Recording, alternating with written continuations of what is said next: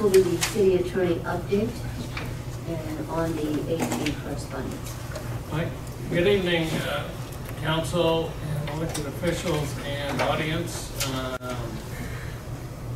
The Attorney General, 2 weeks ago, I read a letter from the Attorney General that agreed with my position that I had argued before the Attorney General that this council, which unanimously voted to suspend the rules on January 4th, I believe it was, and then voted to adopt the ordinance updating our sexual harassment policy, was correct in doing so.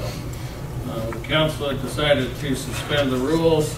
They did it properly, in my opinion.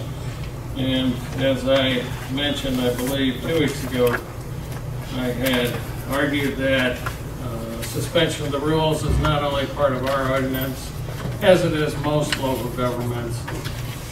It is also, our council has adopted the most current version of Robert's Rules, is the way the ordinance reads. Since then, we received a correspondence from Steve Silverman, who's Bureau Chief of the Public Access Bureau, and apparently he's the superior to the attorney who wrote to us, disagreeing with us and saying that it is indeed a violation of the Open Meetings Act to pass this in this order. He doesn't go into much of an argument about it, but he's issued a non-binding opinion disagreeing with his own counsel. And so, and it also says this could be corrected by, doing a motion to reconsider. Well, I'm still in disagreement with the Attorney General. I think this council got it exactly right. This is a tool commonly used by boards, city councils, local governments all across the state of Illinois, and I'd say across the nation. I think you got it exactly right. And if the council wished to reconsider this, I would suggest that you not do that, because that would violate the council's rules on motions for reconsideration, and it would be out of order because this motion, or excuse me, this ordinance was adopted properly. I think the Attorney General is mistaken, and I would suggest to the council that you simply place this on file because the effect of it would mean that we could never suspend the rules.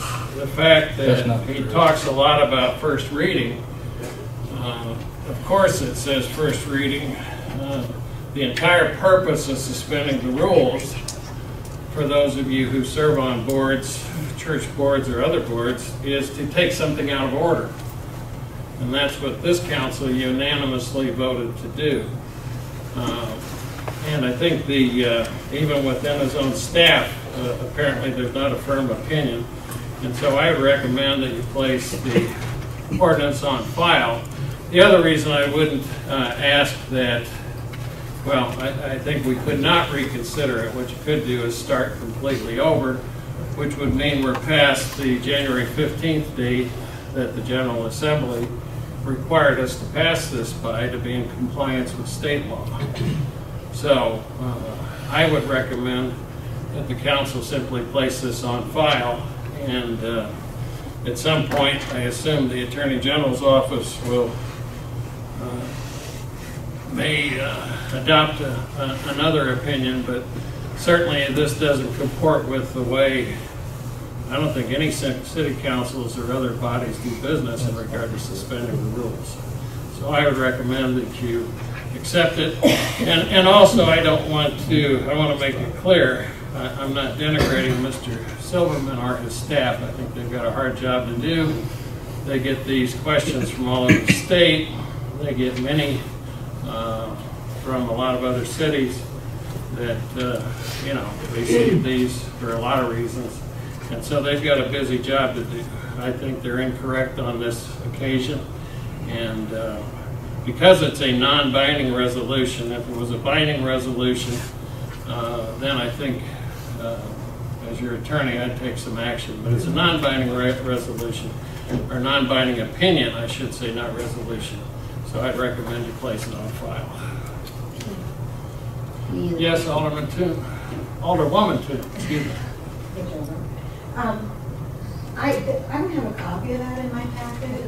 And I apologize, I had thought that I should have taken care of that, but I thought you were going to get one, but certainly I'll hand them out. We can Xerox them now. Is it worth reading, since you read the first one? Did you read this one? I read parts of the first one. If you want me to read this one, I'll Just read it.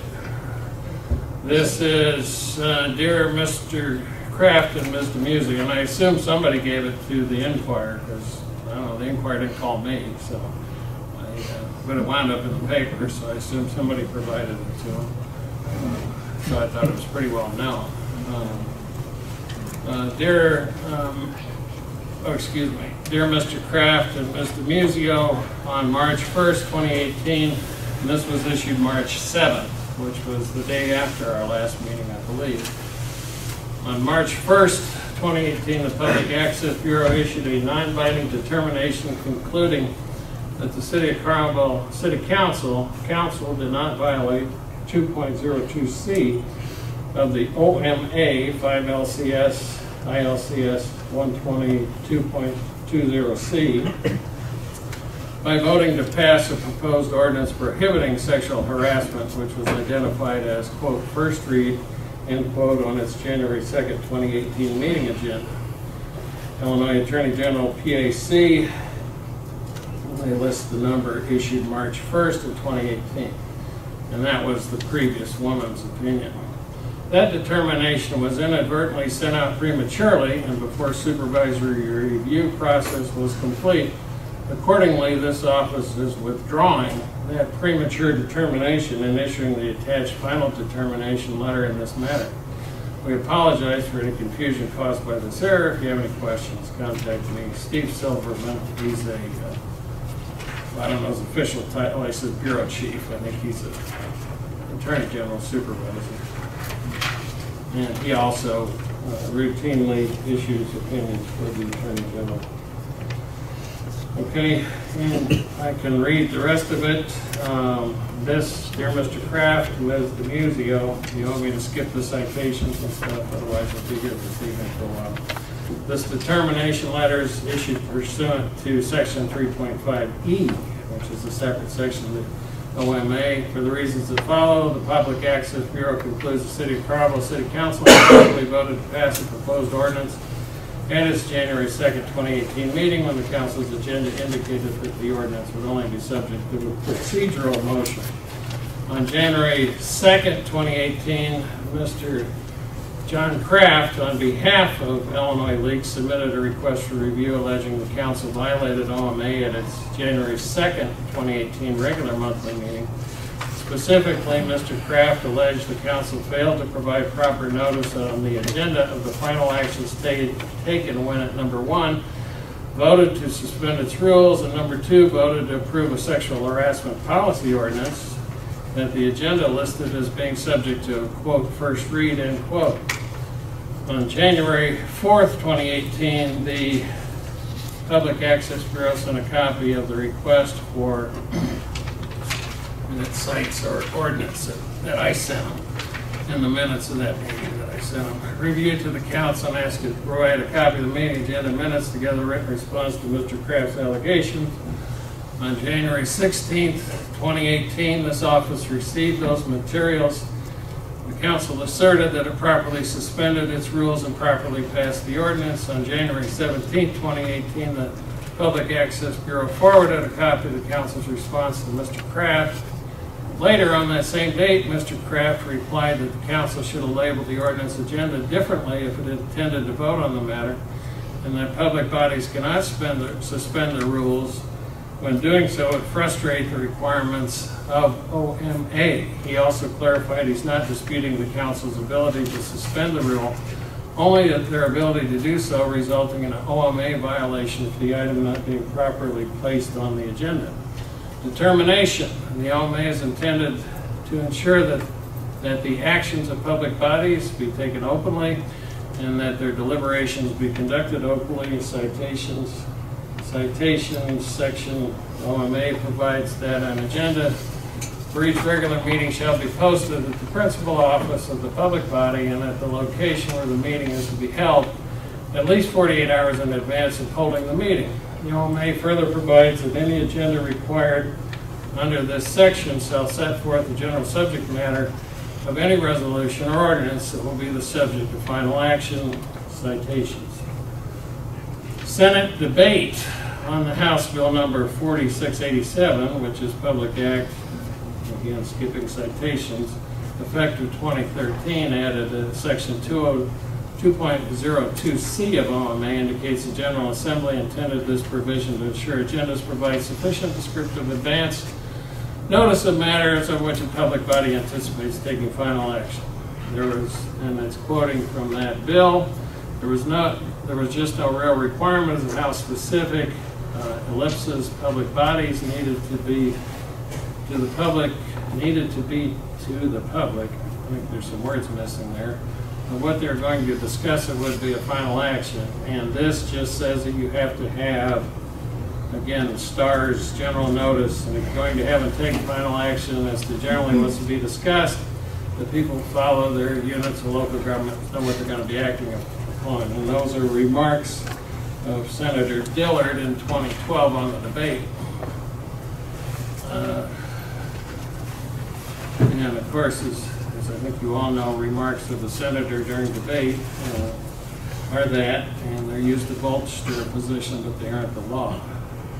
The agenda for the Council's January 2nd, 2018 regular meeting listed the relevant agenda item under new business as the ordinance adopting policy prohibiting sexual harassment first read.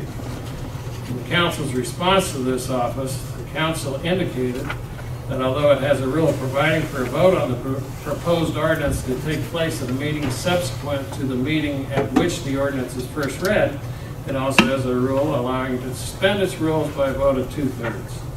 Thus, the Council explained that it unanimously voted to waive the requirement of waiting until the next meeting to vote on the ordinance after the first reading, and then unanimously voted to pass the ordinance. The minutes reflect the same.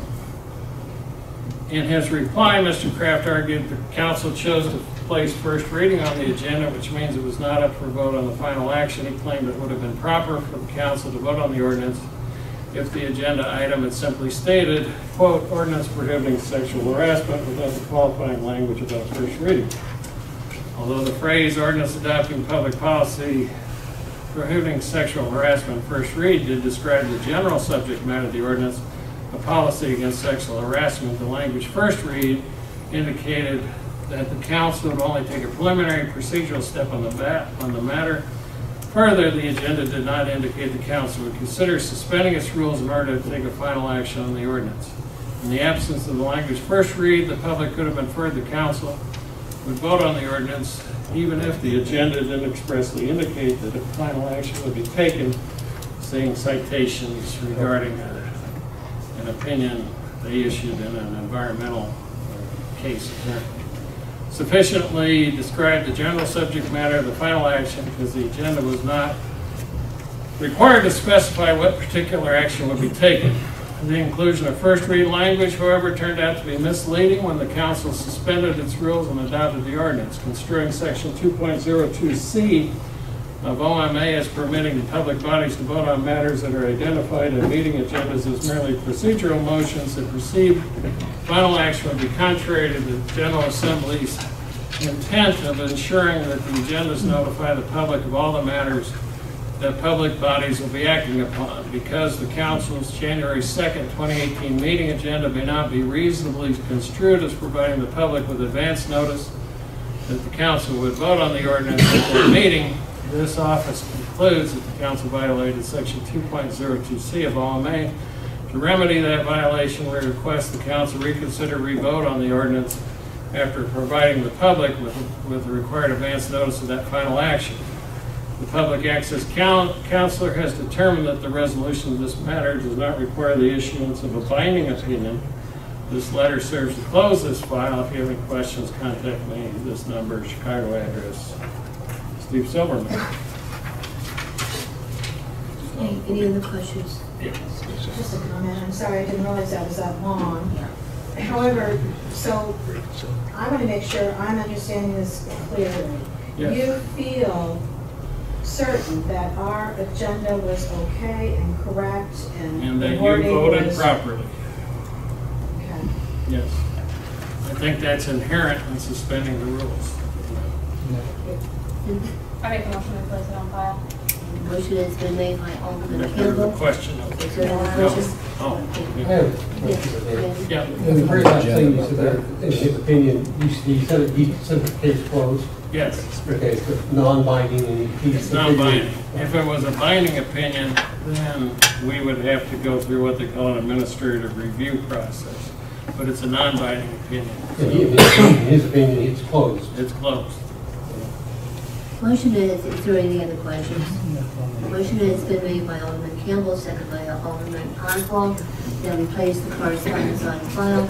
All those in favor say aye. Aye. All those say no, the ayes have it, and we will place the correspondence on file.